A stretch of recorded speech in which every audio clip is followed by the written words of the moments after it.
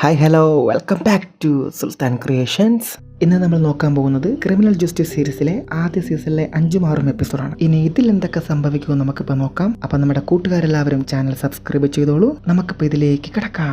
ഇതിന്റെ ആദ്യം തന്നെ അടുത്ത ഹിയറിങ്ങിനായി ഹീറോയിനെ കോടതിയിൽ കൊണ്ടുവന്നു. ആ സമയം ജഡ്ജി പറയും MBA എക്സാമിന് പഠിക്കാനായി ഹീറോയ്ക്ക് ബുക്സ് എത്തിച്ചു കൊടുക്കണമെന്ന് പ്രതിഭാഗം അപ്പീൽ ചെയ്തിട്ടുണ്ട്. അതിലെന്തെങ്കിലും കുഴപ്പം എതിർഭാഗത്തുണ്ടോ എന്ന് ചോദിക്കും. അതിന് ഭണ്ഡാർ വക്കീൽ എണീറ്റ് ഇല്ലാന്ന് പറയും. അത് കഴിഞ്ഞ് ഹീറോയുടെ ഭാഗത്തുനിന്ന് സാക്ഷി പറയാൻ ഹീറോനെ പഠിപ്പിച്ച ഒരു മിസ്സിനെ കൊണ്ടുവരും. അപ്പോൾ ലേഡി വക്കീൽ മിസ്സിനോട് ഹീറോനെ പറ്റിയുള്ള കാര്യം ചോദിക്കുമ്പോൾ ഹീറോ നല്ല പയ്യനാണ്, നല്ല സ്വഭാവമാണ്, മറ്റു കുട്ടികളോട് അവനെ കണ്ട് പഠിക്കുന്നത് ഞാൻ പറഞ്ഞിട്ടുള്ളൂ, അത്രയും നല്ല പയ്യനാന്ന് പറയും. അപ്പോൾ ഭണ്ഡാർ വക്കീൽ എണീറ്റ് ടീച്ചറിനോട് ചോദിക്കും, ടീച്ചർ ഇന്ന് അമ്നേഷ്യക്കുള്ള മരുന്ന് കഴിച്ചോന്ന്. അപ്പോൾ ടീച്ചർ ചോദിക്കും, അമ്നേഷ്യോ എനിക്കോ? അപ്പോൾ വക്കീൽ പറയും, അതെ ടീച്ചർക്ക് തന്നെയാണ്. കോളേജിൽ നിന്ന് ഹീറോയ്ക്ക് സസ്പെൻഷൻ കൊടുത്ത കാര്യം ടീച്ചർ മറന്നല്ലോ, അതുകൊണ്ടാണ് ഞാൻ ചോദിച്ചതെന്ന് പറയും. അപ്പോൾ ടീച്ചർ ആലോചിക്കും, സസ്പെൻഷനോ ഹീറോയ്ക്കോ? ആ സമയം നമ്മളും കൺഫ്യൂസ്ഡ് ആവും. ടീച്ചറിന് ഇനി അമ്നേഷ്യ ഉണ്ടോ? ഒരു വയലന്റ് ഇൻസൈഡ് ഹീറോയുടെ ഭാഗത്തുനിന്ന് ഉണ്ടായതുകൊണ്ടല്ലേ അവൻ സസ്പെൻഡ് ചെയ്തേ. അപ്പൊ ടീച്ചർ പറയും, അതങ്ങനല്ല കാര്യങ്ങൾ. അവരൊരു ദിവസം ഫുട്ബോൾ കളിക്കുന്ന സമയം അവിടുത്തെ കോച്ച് എന്തോ തെറ്റായിട്ടുള്ള റൂൾ പറഞ്ഞു, അതിന് വേണ്ടിയിട്ട് ആദ്യം ചൂടായത്, അങ്ങനെ അത് സംഭവിച്ചെന്ന് പറയും. അപ്പൊ ഭണ്ഡാർ വക്കീൽ പറയും, ശരിയായ സമയത്ത്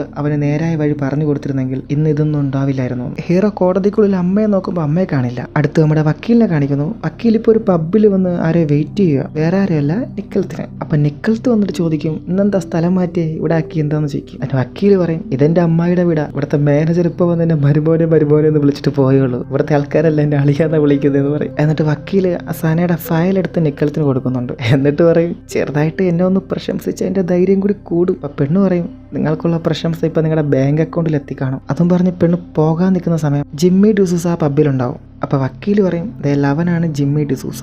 പോലീസ് അവരുടെ ചാർജ് ഷീറ്റിൽ അവനെ കാണിച്ചിട്ടില്ല എന്ന് പറയും. പിന്നെ ആ രാത്രി അവൻ സനായക്ക് 9 തവണയാണ് വിളിച്ചേക്കുന്നത്. ഇത് കേൾക്കുമ്പോൾ പെണ്ണ് പറയും, എന്നാൽ പിന്നെ സാർ അങ്ങോട്ട് പോയി കുറച്ച് ഡീറ്റെയിൽസ് ഒക്കെ ഒപ്പിയെടുക്ക്. വക്കീൽ പറയും, പിന്നെ ഇപ്പോൾ ഓടിച്ചെന്നാൽ മതി, അവ എല്ലാം പറയും. അവനൊരു വീക്ക്നെസ് ഉണ്ട് അറിയാമല്ലോ. അപ്പം പെണ്ണിന് കാര്യം മനസ്സിലാവും. എന്നിട്ട് അവൻ്റെ അടുത്തേക്ക് നൈസായി ചെന്ന് അവൻ്റെ വായിൽ നിന്ന് കുറച്ച് ഡീറ്റെയിൽസ് ഒക്കെ ഒപ്പിയെടുക്കും. അത് കഴിഞ്ഞ് അടുത്ത സീനിൽ നിക്കലത്ത് ലേഡി വക്കീലിൻ്റെ അടുത്തേക്ക് ഈ ഫയൽ കൊണ്ടുകൊടുത്ത് ബാക്കി കാര്യങ്ങളെല്ലാം പറയും. സനയ മരിച്ച ദിവസം ആ ജിമ്മി ഉണ്ടായിരുന്ന ലൊക്കേഷൻ തപ്പിയെടുക്കാൻ ലേഡി വക്കീൽ നിക്കലത്തിനോട് പറയും. അവിടെ നിന്ന് സീൻ കട്ട് ചെയ്ത് ഹീറോയുടെ അളിയനെ കാണിക്കും. അളിയൻ്റെ അടുത്തേക്ക് ഈ വണ്ടിയുടെ EMI കാർ വരും. നിങ്ങളുടെ കാറിൻ്റെ EMI പെൻഡിങ് ആണ്, അത് ഉടനെ തന്നെ അടയ്ക്കുക, അല്ലെങ്കിൽ അടുത്ത വരവിന് ഇങ്ങനെ ആയിരിക്കില്ല പെരുമാറുന്നതെന്നൊക്കെ പറഞ്ഞ് ഇവർ അളിയനെ പേടിപ്പിക്കും. അപ്പോൾ അളിയൻ പറയും, നിങ്ങൾക്ക് എന്തെങ്കിലും മിസ്റ്റേക്ക് പറ്റിയായിരിക്കും, ഞാൻ എല്ലാ മാസവും കറക്റ്റ് അടയ്ക്കുന്നതാണല്ലോ, നിങ്ങളുടെ ബാങ്കിൽ എന്തെങ്കിലും മിസ്റ്റേക്ക് പറ്റിയായിരിക്കും, ഒന്നുകൂടി ചെക്ക് ചെയ്യാൻ പറയും. അല്ലെങ്കിൽ വേണ്ട ഞാൻ തന്നെ ചെക്ക് ചെയ്യാമെന്ന് പറഞ്ഞ് അളിയൻ ഫോൺ എടുത്ത് EMI ചെക്ക് ചെയ്യുമ്പോൾ EMI പെൻഡിങ് ആണ്. സംഭവം അളിയൻ കൊടുത്ത പൈസയൊക്കെ ചേച്ചി ഹീറോയ്ക്ക് അയച്ചു. ഇപ്പം ഇവർ വന്നപ്പോൾ കാറിൻ്റെ EMI പെൻഡിങ് ആയിട്ടുള്ള കാര്യം അളിയൻ അറിയുന്നത്. കാര്യങ്ങൾ കൈവിട്ട് പോകുമ്പോൾ പെൻഡിങ് ഉടനെ തന്നെ ക്ലോസ് ചെയ്യാൻ അളിയൻ അവരോട് പറയും. അവർ പോയി കഴിഞ്ഞ് ആ ദേഷ്യത്തിൽ അളിയൻ ചേച്ചിയെ വിളിക്കും. ചേച്ചി ആ സമയം കോടതിക്കുള്ളിലായതുകൊണ്ട് ഫോൺ കട്ടി. കോടതിയിൽ ആ സമയം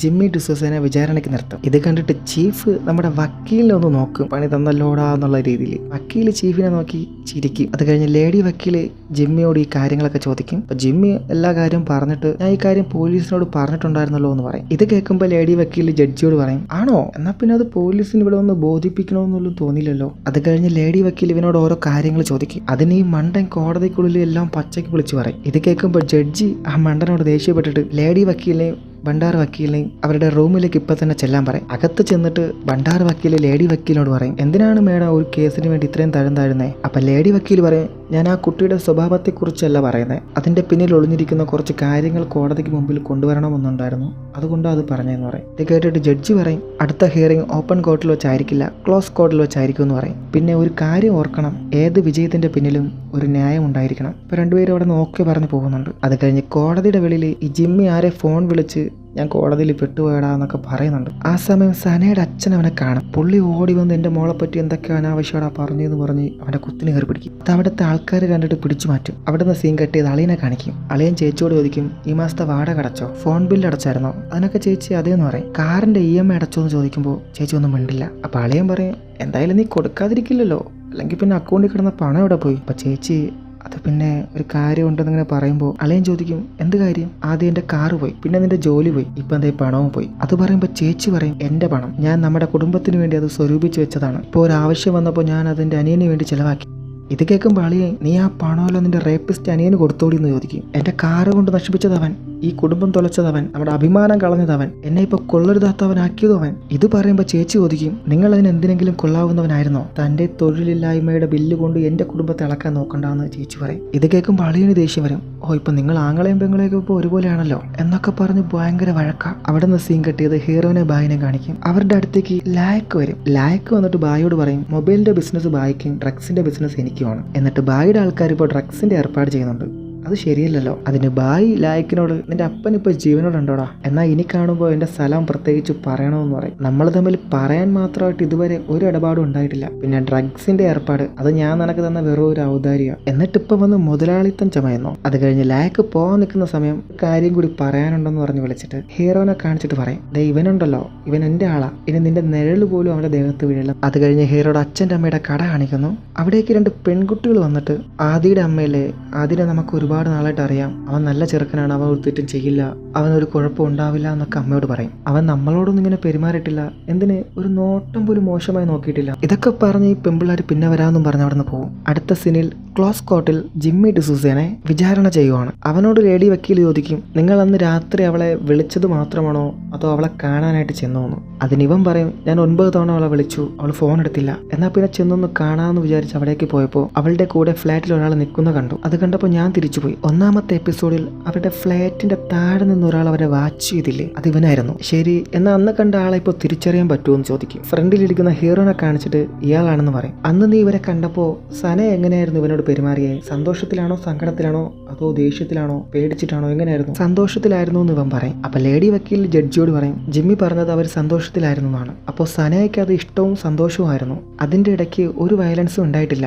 അത് കഴിഞ്ഞ് ജിമ്മിയോട് വക്കീൽ ചോദിക്കും, നിങ്ങൾ കണ്ടുമുട്ടുന്ന സമയത്ത് ഡ്രഗ്സ് ഉപയോഗിക്കാറുണ്ടോ? അപ്പൊ ഇവൻ പറയും, എനിക്ക് ഡ്രഗ്സ് ഇഷ്ടമല്ല, പക്ഷെ അവളുടെ കയ്യിൽ എപ്പോഴും ഡ്രഗ്സ് ഉണ്ടാവും. അപ്പൊ ലേഡി വക്കീല് ശരിയാണെന്ന് പറഞ്ഞ് സനയ ഡി അഡിഷൻ സെന്ററിൽ കിടന്നതും 16 വയസ്സ് തൊട്ട് അവൾ ഡ്രഗ് യൂസ് ചെയ്യുന്നതുമായിട്ടുള്ള എല്ലാ തെളിവുകളും അവിടെ ഹാജരാക്കും. എന്നിട്ട് പറയും, ഇതൊന്നും ഇതുവരെ യൂസ് ചെയ്യാത്ത എന്റെ ക്ലയന്റിന് മദ്യവും ഡ്രഗ്സും കൊടുത്തിട്ടാണ് അവൻ അന്ന് അങ്ങനെ ആയത്. അത് ക്ലിയർ ആയിട്ട് ഇവിടെ ഇപ്പൊ മനസ്സിലാകുന്നുണ്ട്. ഇത് കേട്ടിട്ട് ഭണ്ഡാർ വക്കീൽ എണീറ്റ് പറയും, അന്ന് ആ ശപിക്കപ്പെട്ട ദിവസം ഇവൻ സനയെ കൊലപ്പെടുത്തി. ഇനി ആരെന്തൊക്കെ പറഞ്ഞാലും തെളിവുകൾ സത്യങ്ങൾ വിളിച്ചു പറയുക തന്നെ ചെയ്യും. അന്നത്തെ ഹിയറിംഗ് കഴിഞ്ഞ് ഭണ്ഡാർ വക്കീല് ലേഡി വക്കീലിനെ വന്ന് കണ്ടിട്ട്, അവൻ കുറ്റവാളിയാണെന്ന് നിങ്ങൾക്കും അറിയാലോ, തെളിവുകളെല്ലാം അവനെതിരാണ്, ഇനി തലകുത്തി മറിഞ്ഞാലും ഇത് ജയിക്കാൻ പോകുന്നില്ല. അപ്പൊ ലേഡി വക്കീൽ പറയും, അവൻ റേപ്പ് ചെയ്തിട്ടില്ല. അപ്പൊ ഭണ്ഡാർ വക്കീൽ ചോദിക്കും, പക്ഷെ മർഡർ, അതിന്റെ തെളിവെല്ലാം അവനെതിരാണല്ലോ, നിങ്ങളൊന്ന് ആലോചിച്ച് നോക്കുമെന്ന് പറഞ്ഞ് വക്കീൽ അവിടെ നിന്ന് പോകും. അവിടെ നിന്ന് സീൻ കെട്ടിയത് നിക്കലത്ത് ഹീറോയുടെ വീട്ടിൽ വന്ന് ചേച്ചിയോട് പറയും, നിങ്ങൾക്കറിയാലോ ഈ കേസ് നമ്മൾ ജയിക്കാനുള്ള ചാൻസ് വളരെ കുറവാണ്, സാഹചര്യ തെളിവുകളെല്ലാം അവനെതിരാണ്. അപ്പൊ ചേച്ചി ചോദിക്കും, നിങ്ങൾ എന്താ പറഞ്ഞു വരുന്നത്, എന്താണെങ്കിലും തെളിച്ചു പറയാൻ. അവിടെ നിന്ന് സീൻ കെട്ടിയത് ലേഡി വക്കീലും ഭണ്ഡാർ വക്കീലും ജഡ്ജിയെ കാണുന്നുണ്ട്. അതിൽ ലേഡി വക്കീൽ ജഡ്ജിയോട് പറയും, ഹീറോയുടെ പാസ്റ്റ് റെക്കോർഡെല്ലാം വളരെ നീറ്റാണ്, അവനൊരു MBA സ്റ്റുഡൻറ്റും നല്ലൊരു വ്യക്തിയാണെന്നും നമുക്കിതുവരെ പറയാൻ കഴിയും. ഇതെല്ലാം ഓക്കെ ആണെങ്കിലും അവനിപ്പം കുറ്റം സമ്മതിക്കുന്നുണ്ടെന്ന് ഈ ലേഡി വക്കീൽ ജഡ്ജിയോട് പറയും. എന്തുകൊണ്ടാണ് പറയുന്നത് നമുക്കറിയില്ല. അത് കഴിഞ്ഞ് അടുത്ത സീനിൽ ലേഡി വക്കീൽ ഹീറോനെ വന്ന് കണ്ട്, നീ ഈ കുറ്റം സമ്മതിക്കണം, തെളിവുകളെല്ലാം നിനക്കെതിരാണ്, പിന്നെ നീ റേപ്പ് ചെയ്തിട്ടില്ല എന്ന് തെളിയിക്കാൻ പറ്റും, പക്ഷെ മർഡർ അത് നീ സമ്മതിച്ചേ പറ്റൂ. ഒന്നുമില്ല, ഒരു 10 വർഷം അത്രേ ഉള്ളൂ, പിന്നെ നിന്റെ ഫാമിലി ദയനീയമാണ് അവരുടെ അവസ്ഥ, അതെല്ലാം കണ്ടിട്ട് നീ ഈ കുറ്റം സമ്മതിക്ക് എന്ന് ഈ വക്കീൽ ഹീറോയോട് പറയും. അടുത്ത സീനിൽ നമ്മുടെ ചീഫ് ഭണ്ഡാർ വക്കീലിനെ വന്ന് കണ്ടിട്ട്, ഇതെന്താ കാണിക്കുന്നേ, ഈ കേസ് തീർക്കാനല്ലല്ലോ പറഞ്ഞേ, അവനെ തൂക്കുകയർ ഉറപ്പാക്കണം, ഇയാൾ അവനെ തൂക്കിക്കൊല്ലാൻ നടക്കുക. അപ്പൊ വക്കീൽ പറയും, നിങ്ങളിത് ഏത് ലോകത്താ ജീവിക്കുന്നേ, മണ്ടത്തരം പറയല്ലേ, ഇതെല്ലാം ഒരു മായയാണ്, അത്രയും ചിന്തിച്ചാൽ മതി. അവിടെ നിന്ന് സീൻ കെട്ടിയത് ഹീറോ ഇപ്പോൾ ടെൻഷനായിട്ട് അന്ന് കൈക്കുള്ളിൽ കത്തി വെച്ച് ഒരമ്മ കടയിൽ പോയി കളിച്ചതുപോലെ ദേഷ്യത്തിൽ ഇപ്പോൾ അവന്റെ കയ്യിൽ അവൻ കളിക്കുവാണ്. ഇത് ബായി കണ്ട് കയറി വന്ന് എന്താടാ എന്ത് പറ്റിയെന്ന് ചോദിക്കും. ആ ലേഡി വക്കീല് കുറ്റം സമ്മതിക്കാൻ പറയുന്നുണ്ട്, 10 വർഷം കിടക്കേണ്ടി വരും. അതിന് ബായി പറയും, 10 വർഷമല്ലേ, അത് ദാന്ന് പറയുമ്പോൾ പോവും, ഇപ്പം നിനക്കത്ര 25 വയസ്സ്, 25 to 10 35, ഞാൻ അടിപൊളിയായിട്ട് ജീവിച്ചൂടാ. പിന്നെ നിനക്ക് ഇനിയും അഭിപ്രായം ചോദിക്കണമെന്ന് തോന്നുവാണെങ്കിൽ ആ മാധവിനോട് ചോദിക്കും, അയാളാണ് ശരി. അത് കഴിഞ്ഞ് ഹീറോ നമ്മുടെ വക്കീലിനെ വിളിച്ച് ചോദിക്കും. അതിന് വക്കീൽ പറയും, ഒന്നും ചിന്തിക്കാണ്ട് മന്ദിര മേഡം അങ്ങനെ പറയില്ല, നീ സമ്മതിക്കുന്നു. അതുകൂടി കേൾക്കുമ്പോൾ ഹീറോ ആകെ തകർന്നു പോകും. അടുത്ത സീനിൽ പിറ്റേന്ന് ഹീറോനെ ഹിയറിംഗിനായിട്ട് കൊണ്ടുവന്നു. ആ സമയം നിക്കലത്തിനോട് ഹീറോ ചോദിക്കും, എൻ്റെ സ്ഥാനത്ത് നിങ്ങളായിരുന്നെങ്കിൽ എന്ത് ചെയ്തേനെ? അതിന് നിക്കലത്ത് പറയും, ഞാൻ എന്നോട്, എൻ്റെ ഹൃദയത്തിനോട് ഞാൻ ചോദിക്കും, അതുപോലെ നീയും ചോദിക്കേ, നിനക്കൊരു ഉത്തരം കിട്ടും, അത് നീ പറയുന്നു. അത് കഴിഞ്ഞ് വിചാരണയ്ക്കായി ഹീറോനകത്ത് കയറ്റുമ്പോൾ ജഡ്ജി ചോദിക്കും, നിങ്ങൾ ഈ കുറ്റം സമ്മതിക്കുന്നുണ്ടോ എന്ന്. ആ സമയം ഹീറോ അവിടെയുള്ള എല്ലാവരെയും നോക്കും. അപ്പം ലേഡി വക്കീൽ പറയും സമ്മതിക്കാൻ. ഹീറോ അങ്ങനെ കുറച്ചു നേരം ആലോചിച്ച് നിൽക്കും. എന്താ ഇപ്പം സംഭവിക്കുന്നതെന്ന് എല്ലാവരും നോക്കും. അപ്പൊ ഹീറോ പറയും നോ ഗിൽറ്റ് യുവർ ഓണർ, ഞാൻ കുറ്റം സമ്മതിക്കുന്നില്ല എന്ന്. ഇത് കേൾക്കുമ്പോൾ ലേഡി വക്കീലിന്റെയും ബണ്ടാർ വക്കീലിന്റെയും ചീഫിന്റെയും ഒക്കെ നെഞ്ചിൽ ഇടി വീണതുപോലെയാവും. ഇവനെന്താടാ ഇപ്പൊ ഇങ്ങനെ പറഞ്ഞു എന്ന് ആലോചിക്കും. അത് കഴിഞ്ഞ് അടുത്ത സീനിൽ ലേഡി വക്കീൽ വന്ന് ഹീറോയോട് ചോദിക്കും നീ എന്തിനാ അങ്ങനെ ചെയ്തെന്ന്. അതിന് ഹീറോ പറയും ഞാൻ സത്യം പറയണമെന്ന് മാത്രമേ വിചാരിച്ചുള്ളൂ. എന്നിട്ട് നിക്കൽത്തിനെ നോക്കിയിട്ട് പറയും എന്റെ മനസ്സാക്ഷി എന്നോട് അങ്ങനെ ചെയ്യാനാ പറഞ്ഞത്. ഇത് കേൾക്കുമ്പോൾ ലേഡി വക്കീലിന് മനസ്സിലാവും നിക്കൽത്താണ് ഇതിന് കാരണമെന്ന്. നീ ഒരു ലോയറാണോ അതോ നാലണയ്ക്ക് കിട്ടുന്ന വെറും ഗ്രീറ്റിംഗ് കാർഡോ, മനസ്സാക്ഷി പറഞ്ഞെന്ന് പോലും. അങ്ങനെ ഒരുപാട് നേരം നിക്കൽത്തിനെ വഴക്ക് പറയും. എനിക്കൊന്ന് ഡൽഹിയിലേക്ക് വിളിക്കണം, നീ ഉണ്ടാക്കി വെച്ച പ്രോബ്ലം നിങ്ങൾ തന്നെ സോൾവ് ചെയ്തോളൂ എന്നും പറഞ്ഞ് വക്കീൽ അവിടെ നിന്ന് ഇറങ്ങിപ്പോകും. ഇപ്പൊ നമ്മുടെ ലേഡി വക്കീലും ഹീറോനെ കൈയൊഴിഞ്ഞു. അടുത്ത സീനിൽ നമ്മുടെ പെണ്ണ് ടെൻഷൻ അടിച്ച് സങ്കടപ്പെട്ടിരിക്കുന്ന സമയം നമ്മുടെ മാധവ് വക്കീൽ അങ്ങോട്ട് വരും. ഇതിപ്പോൾ നിങ്ങളുടെ കേസാണല്ലോ, എന്താ തോന്നുന്നു അവൻ കുറ്റക്കാരനാണോ? അപ്പോൾ ഇവള് തിരിച്ച് വക്കീലിനോട് ചോദിക്കും എനിക്കതറിയില്ല, സാറിന് എന്താ തോന്നുന്നത് അവൻ കുറ്റക്കാരനാണോ? അതിന് വക്കീൽ പറയും ചിലപ്പോൾ തോന്നും ആണെന്ന്, ചിലപ്പോൾ തോന്നും അല്ലാന്ന്, അതിനുള്ള ചങ്കുറപ്പൊന്നും അവനില്ല. എന്നിട്ട് വക്കീൽ പറയും നമ്മളൊക്കെ ലോയറാണ്, തെറ്റോ ശരിയോ എന്താന്ന് നോക്കാതെ നമ്മുടെ ക്ലയന്റിന്റെ കൂടെ നിൽക്കേണ്ടവരാണ് നമ്മൾ. സംഭവം വക്കീൽ പറഞ്ഞു വരുന്നത് നമ്മുടെ പെണ്ണിനോട് ഈ കേസ് ഏറ്റെടുക്കാനാണ്. അപ്പോൾ അവള് പറയും എന്നെ കൊണ്ട് നടക്കില്ല, എനിക്ക് അത്രയ്ക്കുള്ള എക്സ്പീരിയൻസ് ഇല്ല, പിന്നെ മന്ദിര മാമിനെ പോലെ അത്ര ബ്രില്യൻറ്റും അല്ല. അപ്പം നമ്മുടെ വക്കീൽ പറയും നിങ്ങൾക്ക് ഈ മേഘങ്ങൾക്കിടയിൽ ഒളിഞ്ഞിരിക്കുന്ന ശീലമായിപ്പോയി, ഇനിയിപ്പോൾ അതിൽ നിന്ന് മുന്നിലേക്ക് വരണമെങ്കിൽ അല്പം സൂര്യന്റെ ചൂടേറ്റല്ലേ പറ്റൂ. അപ്പം നമ്മുടെ പെണ്ണ് എന്തൊക്കെയോ ആലോചിക്കും. ആ സമയം നമ്മുടെ വക്കീൽ കാർഡ് കൊടുത്തിട്ട് ഇത് പിടിക്ക്, തനിക്ക് എന്ത് സഹായത്തിന് ഞാനുണ്ടാവും. അവിടെ നിന്ന് സീൻ കെട്ടിയത് ഹീറോനെ കാണിക്കും. ഇപ്പൊ ബായ് ഹീറോയോട് പറയും പെണ്ണുങ്ങൾ പറഞ്ഞാൽ നീ എന്തും ചെയ്യുമല്ലടാ, ഒരുത്തി കള്ളു കുടിക്കാൻ പറഞ്ഞപ്പോൾ മൂക്കുറ്റ അടിച്ചു കയറ്റി, ഇപ്പൊ അതേ ഒരുത്തി മനസാക്ഷി പറയുന്ന കേൾക്കാൻ പറഞ്ഞപ്പോൾ അതും ചെയ്തു. ഇത് പറഞ്ഞുകൊണ്ടിരിക്കുന്ന സമയം അവിടെ എന്തോ ഒരു പ്രശ്നം ഉണ്ടാവും. അപ്പോൾ ബായി ആൾക്കാരെല്ലാം അങ്ങോട്ടേക്ക് പറഞ്ഞു വിടും. അങ്ങനെ അവരവിടെ പോയി നോക്കുമ്പോൾ അവിടെ പൊരിഞ്ഞാടി ആൾക്കാർ കൂടിയിട്ട്. ഈ സമയം പുറകിലൂടെ 2-3 പേര് വന്ന് ബായിനെ കൊല്ലാൻ ശ്രമിക്കും. ഹീറോ അവരെയൊക്കെ പിടിച്ചു മാറ്റാൻ ശ്രമിക്കുമെങ്കിലും അവർ ഹീറോനെ പൊതിരെ തല്ലും. ഹീറോയുടെ കൈക്ക് ഒന്നും നടക്കാണ്ടാവുമ്പോൾ ഹീറോ ബായിയുടെ ആൾക്കാരെ വിളിക്കാൻ അവിടെ നിന്ന് ഓടിപ്പോകും. ഹീറോ ഓടിപ്പോകുന്നത് ബായി കാണുന്നുണ്ട്. ഹീറോ ഓടി പുറത്തു വന്നിട്ട് ബായിനെ ആരോ ആക്രമിക്കുന്നുണ്ട് വന്ന് രക്ഷിക്കുമെന്ന് പറഞ്ഞ് വിളിക്കും. അവിടെ ഈ കൂട്ടാടിയുടെ ഇടയ്ക്ക് ആരും ഇത് കേൾക്കില്ല. ആ സമയം ബായി കൊല്ലാൻ വന്നവന്മാരെയൊക്കെ തീർക്കും. ഇവിടെ പോലീസ് ഇറങ്ങി ഇവന്മാരെ അടിച്ചോടിക്കും. അത് കഴിഞ്ഞ് നോക്കുമ്പോൾ ലാക്ക് ബായിനെ ഇങ്ങനെ നോക്കി നിൽക്കും. സംഭവം ലാക്കാണ് ബായിയെ കൊല്ലാൻ ആളെ ഏർപ്പാടാക്കി. അത് കഴിഞ്ഞ് ജയിലിലെ ചീഫ് വരും. ചീഫ് വന്ന് നോക്കുമ്പോൾ അവിടെ മൊത്തം ചോര. ആ സമയം ബായിനെ വിളിച്ച് എന്തൊക്കെയായി കാണിച്ചു വെച്ചേക്കുന്നതെന്ന് ചോദിക്കും. അപ്പോൾ ബായി പറയും ഇതിൻ്റെ പിന്നിൽ ആരാന്ന് സാറിന് അറിയാലോ, എന്തിനു വേണ്ടി ചെയ്തതാണെന്ന് സാറിനും അറിയാം. അപ്പോൾ ചീഫ് പറയും ഇങ്ങനെയൊക്കെ സംഭവിച്ചത് മുകളിലേക്ക് പൊക്കഴിഞ്ഞാൽ പിന്നെ എല്ലാം എൻ്റെ കയ്യിൽ നിന്ന് പോകും. അപ്പോൾ ബായി പറയും ഇതൊന്നും പറയേണ്ടത് എൻ്റെ അടുത്തല്ല സാറേ, ഇതൊക്കെ തുടങ്ങി വെച്ചത് അവരോട് പോയി പറയും. എന്നിട്ട് ചീഫ് എന്ന് പറയും ഇനി എങ്ങാനും ഇങ്ങനെ സംഭവിച്ചാൽ നിന്നെ രക്ഷിക്കാൻ ഞാൻ ഉണ്ടാവില്ല. അവിടെ നിന്ന് ബായി അകത്തേക്ക് കയറി വരുമ്പോൾ ഹീറോ അവിടെ ഉണ്ടാവും. അപ്പോൾ ബായി മൊട്ടയോട് ഇവനെ ഇനി മേലാൽ ഇവിടെ കണ്ടുപോകരുത് ഇപ്പം തന്നെ പറഞ്ഞു വിടാൻ പറയും. അപ്പോൾ ഹീറോ പറയുന്നുണ്ട് ഞാൻ ബായി രക്ഷിക്കാൻ വേണ്ടി ആളെ വിളിക്കാനാണ് പോയത്, അല്ലാതെ ചതിച്ചതല്ല. ഇതൊന്നും ബായി കേൾക്കാൻ തയ്യാറാകില്ല. ആ സമയം മൊട്ട ഹീറോനെ അവിടെ നിന്ന് വിളിച്ചോണ്ട് പോകും. അടുത്ത സീനിൽ നിക്കൽത്ത് നമ്മുടെ വക്കീലിന്റെ വീട്ടിലേക്ക് വന്നു. അവിടെ വരുമ്പോൾ വക്കീൽ ഈ വീടിനുള്ളിലൂടെ നിക്കറിട്ട് നിൽക്കും. എന്നിട്ട് കയ്യിലുണ്ടായിരുന്ന ഒരു ഫയൽ വെച്ച് മറയ്ക്കും. പെണ്ണ് ആ വീടിനകം നോക്കുമ്പോൾ അവിടെ ആണെങ്കിൽ എല്ലാം വാരി വലിച്ച് എറിഞ്ഞേക്കുക. എന്നിട്ട് പെണ്ണ് പറയും നിങ്ങളെ ഫോണിൽ വിളിച്ചിട്ട് കിട്ടിയില്ല, അതാ ഇങ്ങോട്ട് വന്നേന്ന്. അപ്പം നമ്മുടെ വക്കീൽ പെണ്ണിന് ഇരിക്കാൻ കുറച്ച് സ്ഥലമൊക്കെ റെഡിയാക്കി കൊടുക്കും. എന്നിട്ട് ഡ്രസ്സ് മാറ്റിയിട്ട് വരണം എന്ന് പറഞ്ഞ് അകത്ത് പോകും. അത് കഴിഞ്ഞ് നിക്കൽത്ത് വക്കീലിനോട് ചോദിക്കും നമ്മുടെ കയ്യിൽ ഇനി ഒരു തെളിവോ ഒന്നുമില്ല, നമ്മളിനി എന്ത് ചെയ്യുമെന്ന്. അപ്പോൾ വക്കീൽ പറയും നിങ്ങൾ 24 മണിക്കൂർ അവൻ കുറ്റക്കാരനല്ല എന്ന് പറഞ്ഞുകൊണ്ട് നടക്കുമല്ലോ, എന്നിട്ട് ഒന്നും തലയ്ക്ക് ഉദിക്കുന്നില്ലെന്ന്. ഇനിയിപ്പോൾ നമ്മൾ പറയുന്നൊന്നും കോടതി കേൾക്കണമെന്നില്ല. അഥവാ ഇനി കേൾക്കണമെങ്കിൽ ഹീറോ അല്ല ഇത് ചെയ്തത്, മറ്റൊരാളാണ് ഇത് ചെയ്തതെന്ന് വരുത്തണം. അപ്പം പെണ്ണിൻ്റെ തലയിൽ അത് ശരിയാണല്ലോ, ഇനി ആ ജിമ്മി എങ്ങാനും ആയിരിക്കുമോ? അപ്പം വക്കീൽ പറയും അവനായിരിക്കില്ല, അവനൊരു ഞരമ്പ് രോഗിയാണ്, അവൻ ഇത് ചെയ്യേണ്ട ഗട്ട്സ് ഒന്നുമില്ല. അപ്പം വക്കീൽ ഒരു കാര്യം കാണിക്കാന്ന് പറഞ്ഞ് പുള്ളിയുടെ കമ്പ്യൂട്ടർ ഈ സനയെ ഒരാളോട്ട് കിസ് ചെയ്ത് നിൽക്കുന്നില്ലേ ഫോട്ടോ, അത് കാണിക്കും. ഈ ഫോട്ടോ എനിക്ക് അവളുടെ ബെഡ്റൂമിൽ നിന്ന് കിട്ടിയാണ്, ഇവർ തമ്മിൽ നല്ല അടുപ്പമുണ്ടെന്ന് തോന്നുന്നു, ഇവൻ്റെ പേര് സീൻ എന്നാണ്. അപ്പോൾ ആ പെണ്ണ് പറയും സീനല്ല ഷോൺ. ബെസ്റ്റ് ഇംഗ്ലീഷിൽ ഒന്ന് എഴുതും, വായിക്കുന്ന വേറൊന്നും. അത് കഴിഞ്ഞ് പെണ്ണ് ഞാൻ വക്കാലത്ത് റെഡിയാക്കാം, നിങ്ങൾ പോയി ആ ഷോണിനെ കണ്ടുപിടിക്കാൻ പറയും. അടുത്ത സീനിൽ നമ്മുടെ വക്കീൽ ഷോണിൻ്റെ വീട്ടിലെത്തി. അവിടെ പോയിട്ട് അവനോട് വക്കീൽ പറയും ഞാൻ മാധവ് മിശ്ര ലോയറാണ്. അപ്പോൾ അവൻ പറയും എനിക്ക് ലോയറിൻ്റെ ആവശ്യമില്ല, പൊക്കോളാം, നിനക്കല്ല എനിക്കാണ് ആവശ്യം. അത് കഴിഞ്ഞ് വക്കീൽ അവനോട് ചോദിക്കും നിങ്ങൾ എവിടെ വെച്ചാൽ കണ്ടേ, എത്ര നാളത്തെ അടുപ്പമായിരുന്നു? അതിനവൻ പറയും 5 വർഷം മുന്നേ ആയിരുന്നു ഇതൊക്കെ, പിന്നെ ഇത് അവളുടെ സ്റ്റെപ്പ് ഫാദർ അറിഞ്ഞിട്ട് എന്നോട് വന്ന് അടിയുണ്ടാക്കി എന്ന് പറഞ്ഞൊരു ഫോട്ടോ വക്കീലിന് കാണിക്കും. ഈ ഫോട്ടോയിൽ ആ സനയുടെ അച്ഛൻ ഇവൻ്റെ കണ്ണിടിച്ച് നീരാക്കി വെച്ചേക്കുവാണ്. അടുത്ത സീനിൽ നമ്മുടെ നിക്കൽത്ത് ഹീറോനെ കണ്ടിട്ട് ഇനി നിന്റെ കേസ് ബാധിക്കുന്ന ഞാനാണ്, കുറച്ച് പേപ്പർ സൈൻ ചെയ്യാനുണ്ടെന്ന് പറയും. അപ്പോൾ ഹീറോ ഞെട്ടിയിട്ട് അപ്പോൾ മന്ദിര മാമിന് വീട്ടിലെന്തോ കുറച്ച് പ്രശ്നങ്ങളുണ്ടായി, അങ്ങനെ ഡൽഹിയിൽ പോയിരുന്നു, ഉടനെ തന്നെ വരും, ഞാൻ അവരോട്ട് ടച്ച് ഉണ്ട്, ഇത് ഞാൻ നോക്കിക്കൊള്ളാന്ന് പറയും. ഇത് കേൾക്കുമ്പോൾ ഹീറോയ്ക്ക് മനസ്സിലാവും പുള്ളി കൈയൊഴിഞ്ഞു തന്നു. അവൻ ആ പേപ്പേഴ്സിലൊക്കെ സൈൻ ചെയ്യും. അത് കഴിഞ്ഞ് പെണ്ണ് പറയും, എന്നെ കൊണ്ട് പറ്റുന്ന അത്രയും രീതിയിൽ ഞാൻ ശ്രമിക്കുന്നു നിന്നെ ഇവിടെ നിന്ന് പുറത്തു കൊണ്ടുവരാൻ. അവിടെ നിന്ന് സീൻ കട്ടിയത് ഇപ്പൊ അളിയന്റെ അടുത്തേക്ക് ആ EMI-ക്കാർ വന്ന് പ്രശ്നം ഉണ്ടാക്കുവാണ്. അളിയന്റെ ദേഹത്ത് അവർ കൈവയ്ക്കും. ഇത് അപ്പുറത്തും ഇപ്പുറത്തൊക്കെ ഉള്ള അയൽക്കാർ കാണും. പിന്നെ അവർക്ക് ഇതാണല്ലോ പണി. അത് കഴിഞ്ഞ് അടുത്ത സീനിൽ നമ്മുടെ വക്കീല് ഈ സനയുടെ അച്ഛനും അമ്മയും താമസിക്കുന്ന ഫ്ലാറ്റിലെ വേലക്കാരിയെ കാണും. അവരോട് ഇതിനെപ്പറ്റി ഓരോ കാര്യം ചോദിക്കും. അപ്പൊ വേലക്കാരി പറയും, സാറും മോളും തമ്മിൽ ഭയങ്കര വഴക്കായിരുന്നു. അത് കഴിഞ്ഞ് സാറ് വണ്ടി എടുത്ത് പുറത്തേക്ക് പോകുന്നേ കണ്ടേ, ചിലപ്പോ സനയുടെ അടുത്തേക്കായിരിക്കും പോയത്. അപ്പൊ നമ്മുടെ വക്കീല് ഓക്കെ താങ്ക് യു ശരിയെന്ന് പറഞ്ഞ് അവിടെ ഇറങ്ങുമ്പോൾ ഈ സ്ത്രീ പറയും, എന്റെ പേര് ഇതിലേക്ക് വലിച്ചിടല്ലേ എന്ന്. അതിന് വക്കീല് ഇല്ല അങ്ങനെയൊന്നും ഉണ്ടാവില്ല എന്ന് പറയും. അടുത്ത സീനിൽ ഹീറോനെ കാണിക്കും. ഹീറോയുടെ അടുത്തേക്ക് മുട്ട വന്നിട്ട്, ബായ് നിന്നോട് ക്ഷമിക്കണമെന്ന് നീ ആഗ്രഹിക്കുന്നുണ്ടോ, എങ്കിൽ എന്റെ കൂടെ വാന്ന് പറഞ്ഞ് ഹീറോനെ വിളിച്ചോണ്ട് പോകും. ഈ വിളിച്ചോണ്ട് പോകുന്ന അടുക്കളയിലേക്കാണ്. അവിടെ കൊണ്ടുപോയിട്ട് ഇയാള് ഹീറോയ്ക്കൊരു മുട്ട വിഴുങ്ങാൻ കൊടുക്കും. അത് പ്രാവിന്റെ മുട്ടയാണ്, ഇത് നീ വിഴുങ്ങാൻ പറയും. ഹീറോ ആദ്യം പറ്റില്ല എന്ന് പറയും. എന്നാൽ ഇയാൾ പേടിപ്പിക്കുമ്പോൾ ഹീറോ അതെല്ലാം വിഴുങ്ങും. ഹീറോ വിശ്വസ്തനാണെന്ന് പരീക്ഷിക്കാനായിരിക്കാം അങ്ങനെ ചെയ്തത്. അടുത്ത സീനിൽ നമ്മുടെ വക്കീല് ഈ വേലക്കാർ പറഞ്ഞ കാര്യമെല്ലാം നിക്കലത്തിനോട് പറയും. ഉടനെ നിക്കലത്ത് പറയും, അങ്ങനെയാണെങ്കിൽ കലി കയറി അച്ഛൻ മോളെ കൊന്നതായിരിക്കില്ലേ.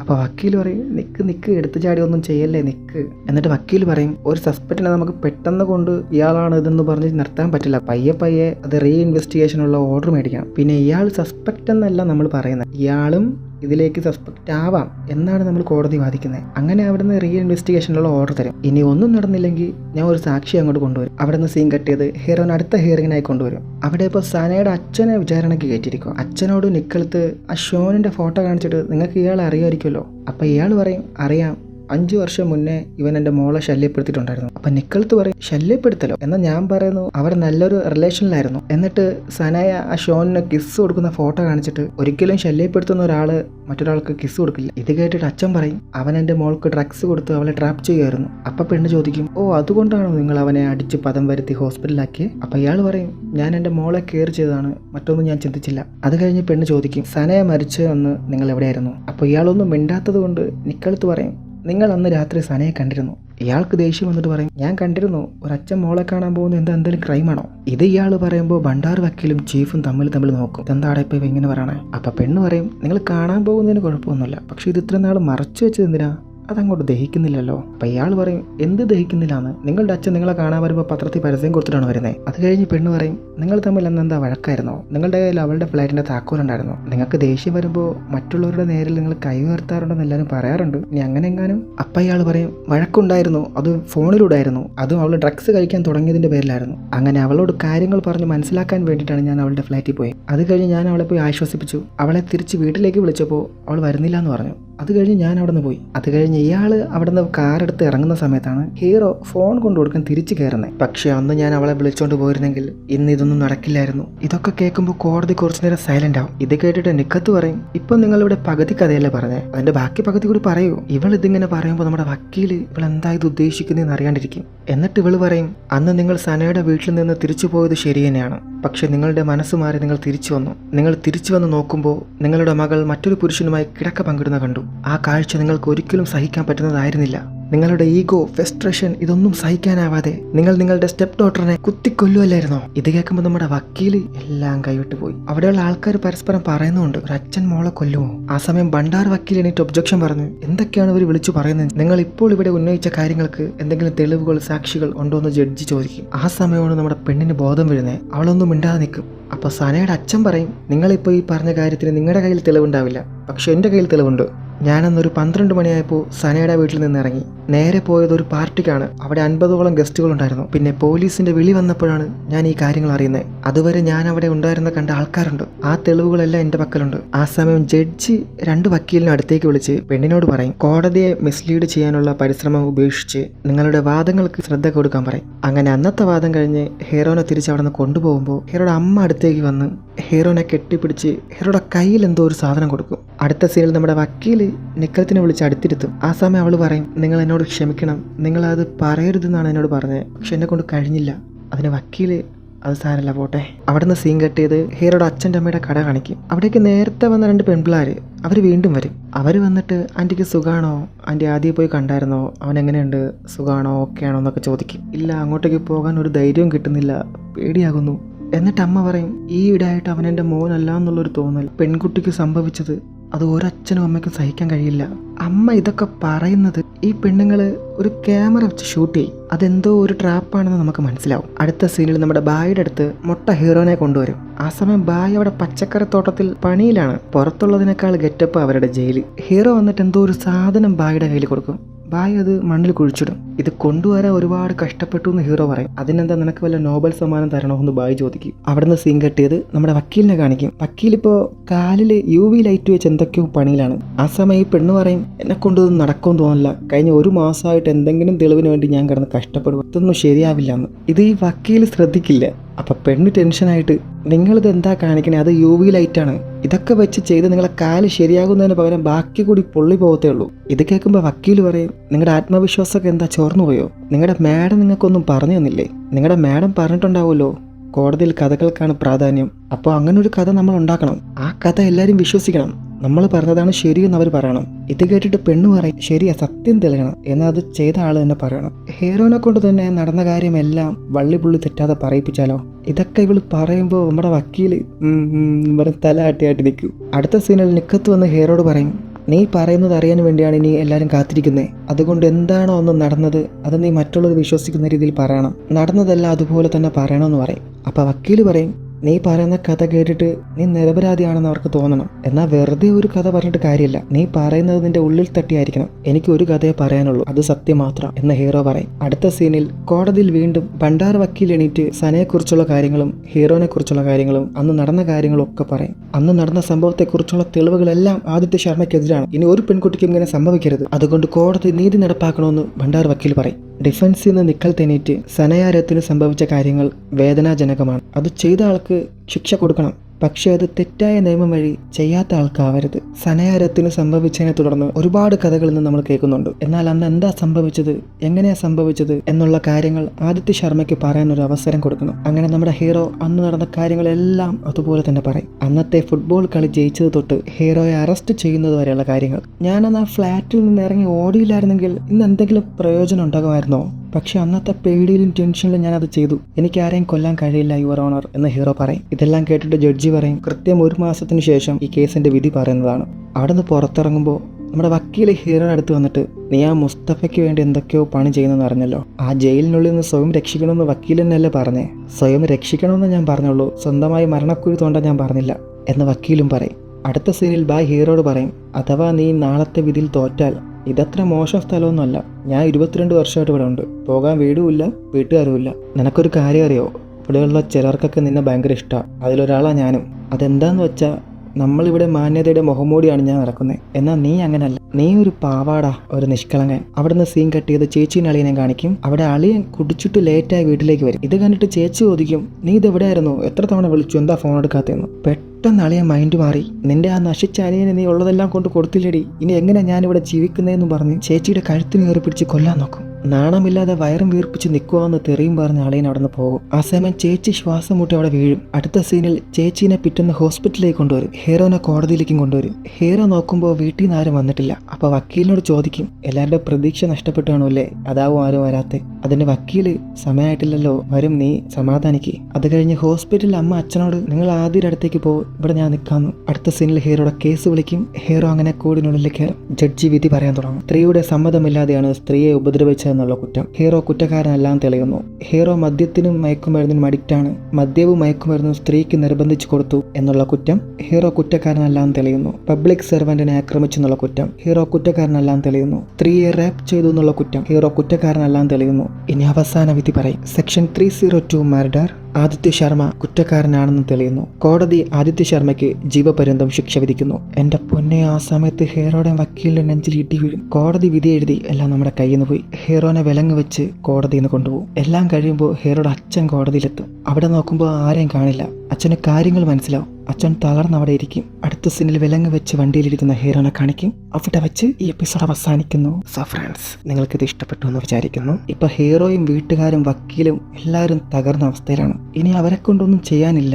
ഹീറോ മദ്യത്തിനും മയക്കുമരുന്നിനും അടിമയല്ല, ക്രിമിനൽ മൈൻഡുള്ളവനല്ല എന്നൊക്കെ തെളിയിച്ചു. പക്ഷെ കൊല ചെയ്തില്ല എന്ന് മാത്രം തെളിയിക്കാൻ കഴിഞ്ഞില്ല. എന്തായാലും ഇപ്പൊ കാര്യങ്ങൾ കൈവിട്ടു പോയി. ഇനി 7ാമത്തെ എപ്പിസോഡിൽ എന്ത് സംഭവിക്കും നമുക്കറിയില്ല. അപ്പൊ എല്ലാ കൂട്ടുകാരും നമ്മുടെ വീഡിയോ ലൈക്ക് ചെയ്ത് ഷെയർ ചെയ്ത് സബ്സ്ക്രൈബ് ചെയ്ത് വെച്ചോളൂ. അടുത്ത വീഡിയോയുമായി കാണുന്നത് വരെ ഇറ്റ്സ് ബൈ സുൽത്താൻ ക്രിയേഷൻസ്.